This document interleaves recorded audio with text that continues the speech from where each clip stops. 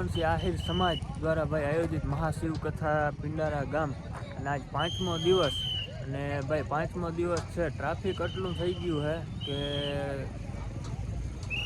વાત જવા દો. જો આ બાજુ છે ભાઈ 4 વ્હીલનું પાર્કિંગ છે અને આ બાજુ ભાઈ આખું હોન્ડાનું ને એ બધું 2 વ્હીલનું પાર્કિંગ છે.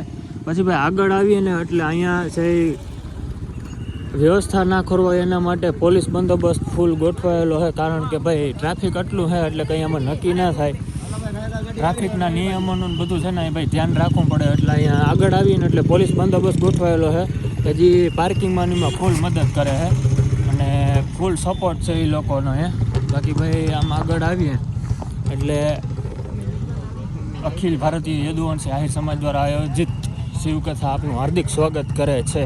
ત્યાંથી થોડાક આગળ આવીએ ને એટલે રસ્તામાં ડાબી બાજુ બહેનો અને ભાઈઓ માટે અલગ અલગ વ્યવસ્થા ઉતારા માટેની કરી છે. કેમ કે ભાઈ બહારથી માણસ આવતું હોય તો એને ઉતારા માટેની જગ્યા જોઈએ તો આ બાજુ છે ભાઈ ઉતારા માટેની જગ્યાની ફૂલ વ્યવસ્થા કરી છે. આ મોટા મોટા ડૂમ છે એમાં બહેનો અને ભાઈઓના અલગ અલગ ઉતારાની વ્યવસ્થા કરી છે.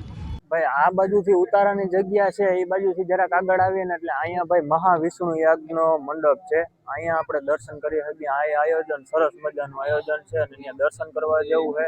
આ બાજુ ભાઈ પછી જઈએ એટલે મેન મંદિર જે છે કે પિન તરવાના પાંડવોએ જે મંદિર બંધાવ્યા એ મંદિર આ બાજુ છે.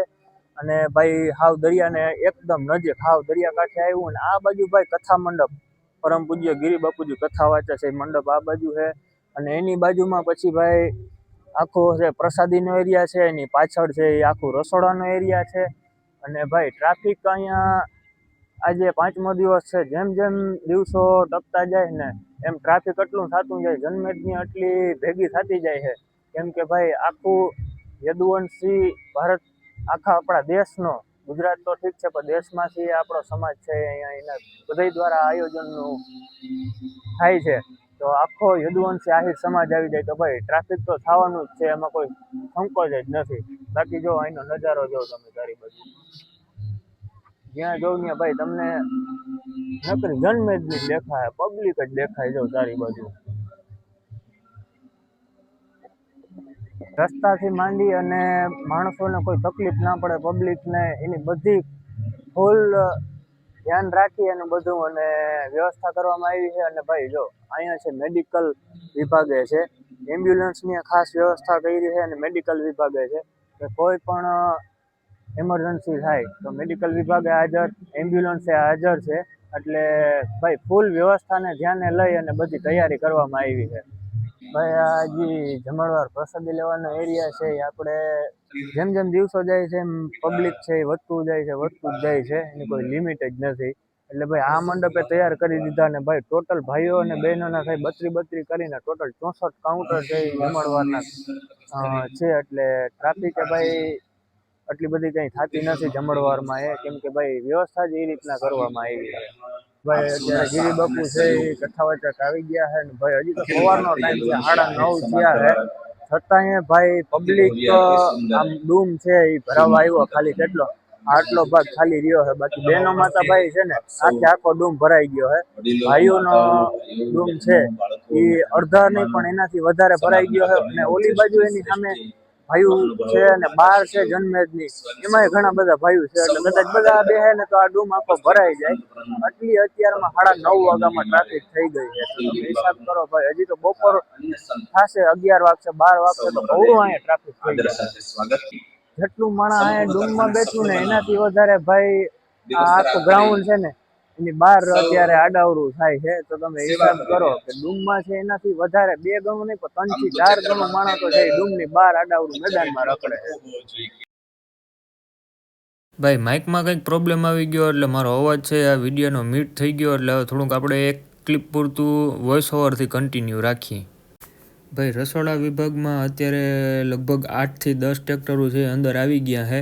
કેમ કે ભાઈ પબ્લિકનું ટ્રાફિક જેમ વધતું જાય એમ પછી પ્રસાદીનો ટાઈમ છે એને વહેલું ચાલુ કરવું પડે. એટલે ટ્રેક્ટરો છે અત્યારે રસોડામાં આવી ગયા અને પ્રસાદી બધી છે ટ્રેક્ટરોમાં ભરી અને વાસણો ભરી અને સીધો પ્રસાદીનો જે એરિયા છે ત્યાં બધું પ્રસાદી અટાણે લઈ જવામાં આવે છે. તો 8-10 ટ્રેક્ટરો તો ભાઈ અત્યારે અહીંયા આ ડૂમની અંદર પડ્યા છે. અને આ બાજુ ભાઈ ટોલિયુંમાં જો આ 3-4 ટોલિયું છે એમાં ગાંઠિયા અને બુંદી ને એવું બધું ભરીને સ્ટોક કરી દીધો છે.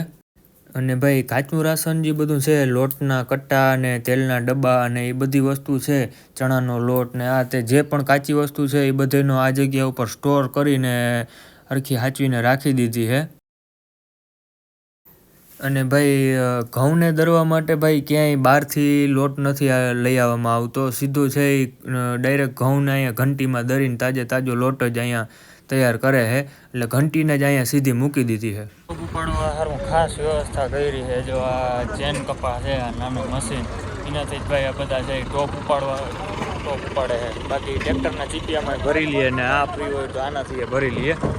ભાઈ આ ગ્રાઉન્ડમાં છે ને ધૂળ ના ઉડે એના માટે ખાસ વ્યવસ્થા એવી રીતના કરી કે ટ્રેક્ટરમાં પાણીના ટાંકા ભરી ટ્રેક્ટરથી છે ઘુમરે ચાલુ રહે, એટલે આ જે ધૂળ ઉડે ને એ બધી છે ને ભાઈ પવન આમ છે એટલે બધી છે કથા મંડપનો ડૂમ છે, જમણવારનો એરિયો એ બાજુ જાય છે, એટલે ભાઈ ટ્રેક્ટરોને ઘુમરાવ થયા છે એટલે ધૂળ ના ઉડવી જોઈએ જરાય.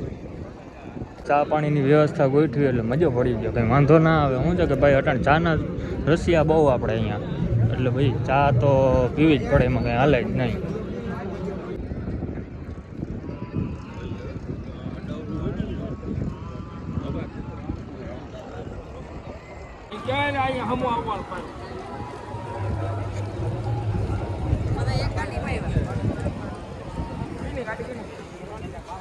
ભાઈ આ બાજુ હજી છે ને લાકડાનો સ્ટોક જે આવે છે ને ગાડી ભરાઈ એને હરખોથી સટ્ટો મારતા જાય છે, લાકડા ઘટવા ના જોઈએ.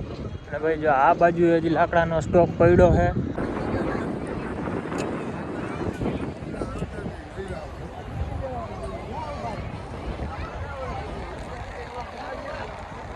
ભાઈ ગાંડું પબ્લિક થી હો, છેડો જ્યાં જાવ ત્યાં નકરું પબ્લિક જ દેખાય છે, ચારે બાજુ પબ્લિક. ઓહો ભાઈ ઘટે નહીં કઈ બાપો.